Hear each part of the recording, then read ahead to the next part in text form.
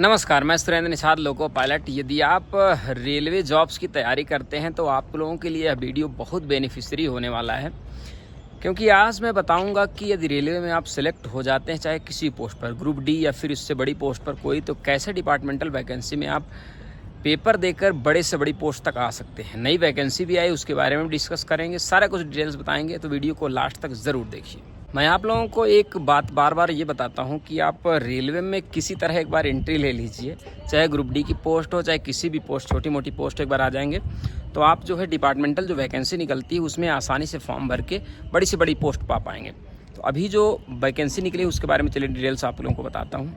अब जितने लोग रेलवे में हैं या फिर ग्रुप डी में हैं, इस वैकेंसी के बारे में ऑलरेडी जानते होंगे। जो नहीं जानते हैं वो लोग भी पूरा वीडियो देख लीजिए, जिससे आप लोग फिल ना किए हों तो ये फॉर्म ज़रूर फिल कर दीजिए।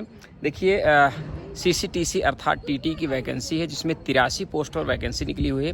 अम्बाला डिवीज़न की यह वैकेंसी है।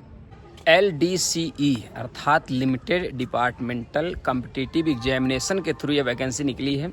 LDCE में 33.33% से यह वैकेंसी निकाली जाती है। जो ओपन वैकेंसी होती है उसका लगभग 33% जो है यह वैकेंसी निकाली जाती है, इसलिए 83 पोस्ट पर वैकेंसी निकली है। इसमें ऑपरेटिंग और कॉमर्शियल वाले अप्लाई कर पाएंगे, जैसे जो पॉइंट्समैन हो गए, ट्रैफिक वाले हो गए, बुकिंग क्लर्क हो गए, गेटमैन हो गए, ये सारे लोग इसमें अप्लाई कर पाएंगे। LDC वैकेंसी की सबसे बड़ी खास बात यह है कि जिस डिवीज़न से यह निकाली जाती है सिर्फ उसी डिवीज़न के लोग इसमें अप्लाई कर पाते हैं। जैसे मान लीजिए जिस डिवीज़न से निकली है उसमें सिर्फ 500-600 फॉर्म पड़ते हैं और लगभग 83 पोस्ट है, तो मान के चलिए आप मतलब 7-8 स्टूडेंट्स पर सिर्फ कंपटीशन होता है। और वहीं आप ओपन वैकेंसी में देखते होंगे 100-100, 300-300, 350-300 एक सीट पर कंपटीशन हो जाता है।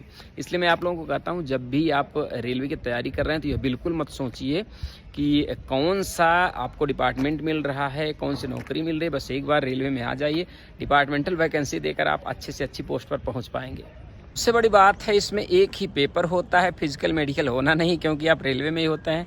पहले से ही आपका फिजिकल मेडिकल हुआ रहता है, इसलिए ज़्यादा झंझट भी नहीं होती, जल्द से जल्द इसमें सिलेक्शन भी हो जाता है। यह जो वैकेंसी निकली है 83 वैकेंसी CCTC की निकली है। इसमें कम से कम आपका 2 साल का एक्सपीरियंस होना चाहिए, वर्किंग पीरियड होना चाहिए, तभी आप जो है इसमें अप्लाई कर पाएंगे। वहीं पर लास्ट डेट की बात करें तो 26 अगस्त को इसकी लास्ट डेट है, उससे पहले आपको अप्लाई करना है। फिर उसके बाद अप्लाई करेंगे तो आपका फॉर्म एक्सेप्ट नहीं किया जाएगा। जैसा कि आप सभी को पता ही होगा कि CCTC अर्थात TT की स्टार्टिंग सैलरी लगभग 50,000 के आसपास होती है और जॉब आप लोगों ने देखा ही होगा, काफ़ी अच्छी मानी जाती है। रेलवे में काफ़ी अच्छी जॉब ये मानी जाती है। तो आप लोग ग्रुप डी में भी सिलेक्ट होते हैं तो CCTC ऐसा TT बनने के लिए तैयार रहिए, लेकिन इससे रिलेटेड आपके पास क्वालिफिकेशन होनी चाहिए। जैसे 12th पास इसमें मांगता है, 12th आप पास होने चाहिए। ऐसा ना हो आप 10th ही पास हैं तो आप इसमें नहीं हो पाएंगे, ये भी आप लोगों को जानकारी होनी चाहिए। सेम ही जो है LDC में ट्रेन मैनेजर अर्थात गुड्स गार्ड की भी वैकेंसी निकली है, जिसमें 72 पोस्ट है। इसमें आपकी जो 1900 ग्रेड पे में कम से कम 3 साल की सर्विस होनी चाहिए, तब इसमें अप्लाई कर पाएंगे। ये भी फॉर्म लगभग वही 400 से 500 पड़ते हैं। जो कंपटीशन होता है वो लगभग वही एक सीट पर लगभग 5-6 लोगों का होता है, तो ये चांस अच्छा होता है।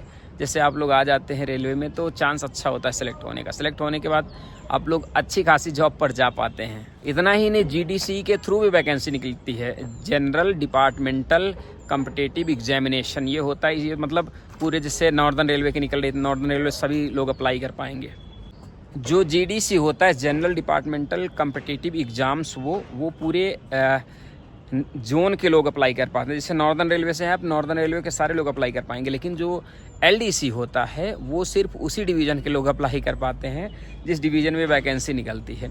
इसलिए थोड़ा LDC में सेलेक्ट होने के चांसेस ज़्यादा होते हैं GDC के अपेक्षा। लेकिन एक बात का आप लोगों को ध्यान रहे कि जैसे आप लोग ITI कर रहे हैं तो उसके साथ ग्रेजुएशन ज़रूर कर लीजिएगा, तभी बाद में आपको डिपार्टमेंटल जो वैकेंसी निकलती है उसका लाभ मिल पाता है। नहीं तो आप पता लगे ITI करके बस रेलवे में आ गए, डिपार्टमेंटल एग्ज़ाम का फ़ायदा आपको फिर नहीं मिल पाएगा। इसलिए मैं आप लोगों को बार बार ये चीज़ बताता हूँ कि चाहे प्राइवेट ओपन यूनिवर्सिटी से ही BA करिए, लेकिन ग्रेजुएशन ज़रूर आप लोग कर लीजिएगा, बाद में आप लोगों को बहुत बेनिफिट देने वाला है।